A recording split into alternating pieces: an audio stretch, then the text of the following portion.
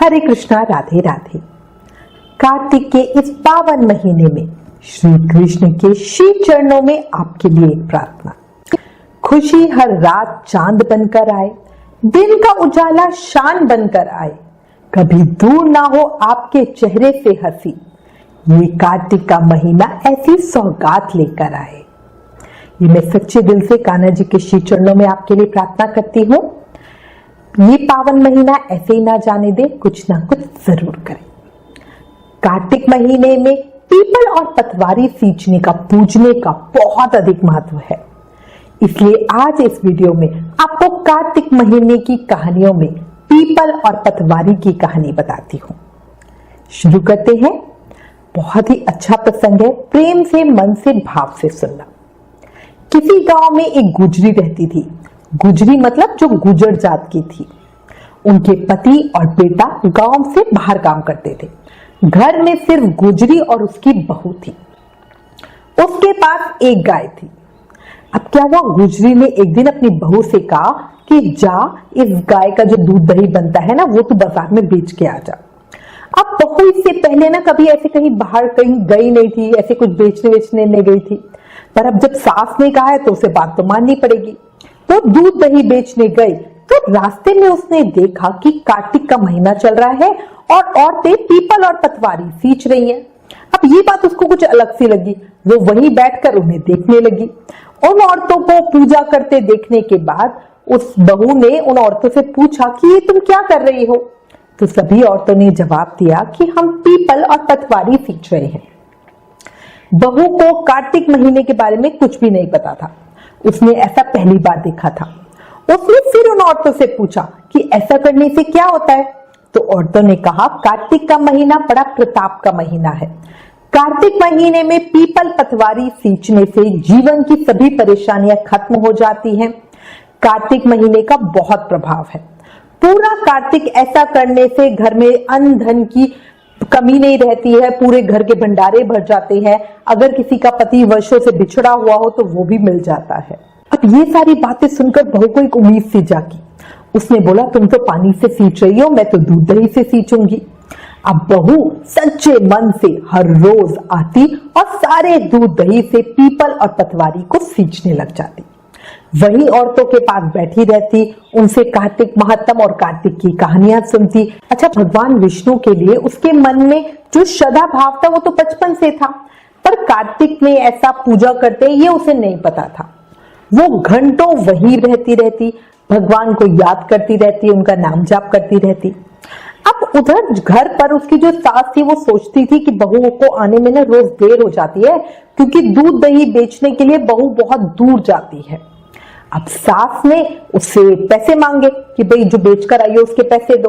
तो बहू कहने लगी कि सेठ महीना खत्म होने पर हिसाब करेगा, तब मैं सारे पैसे लाकर दे दूंगी। अब सास ने भी कहा ठीक है भाई, कोई दिक्कत नहीं है। अब कार्तिक का महीना धीरे धीरे पूरा हुआ। कार्तिक पूर्णिमा आ गई। अब बहू को थोड़ा डर लग रहा था कि वो क्या करेगी।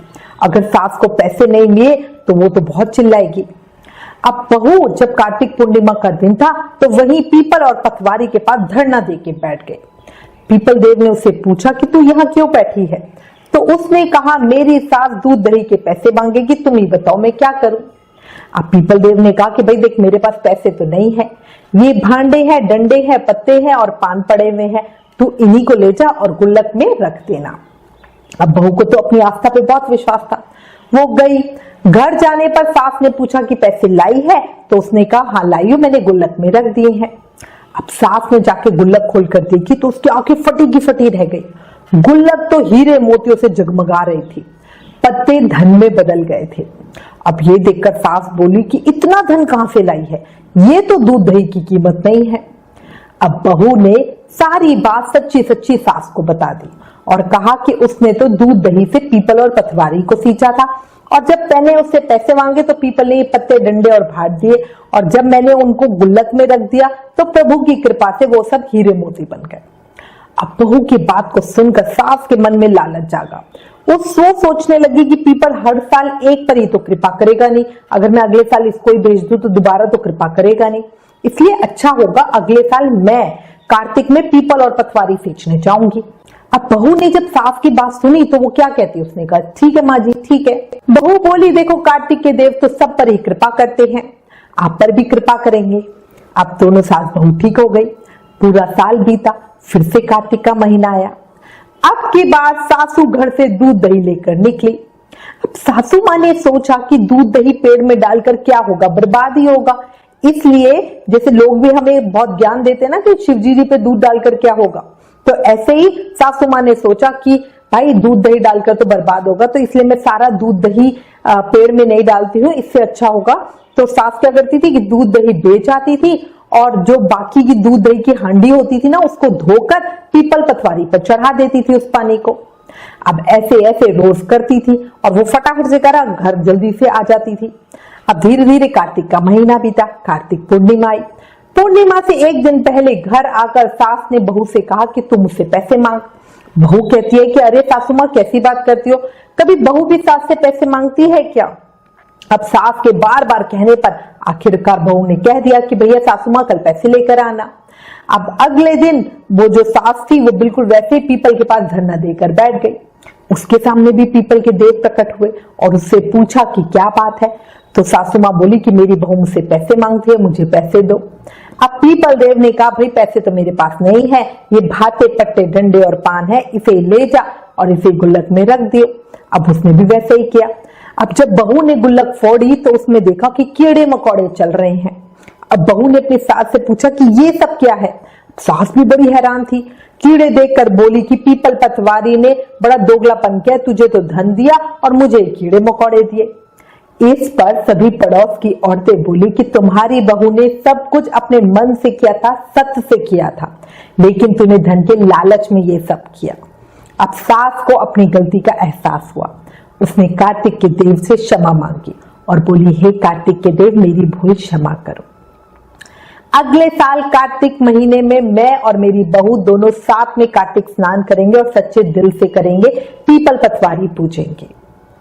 इसके बाद उनके घर में सब बहुत अच्छा हो गया। उनके पति जो बाहर गए हुए थे वो भी गांव में लौट आए।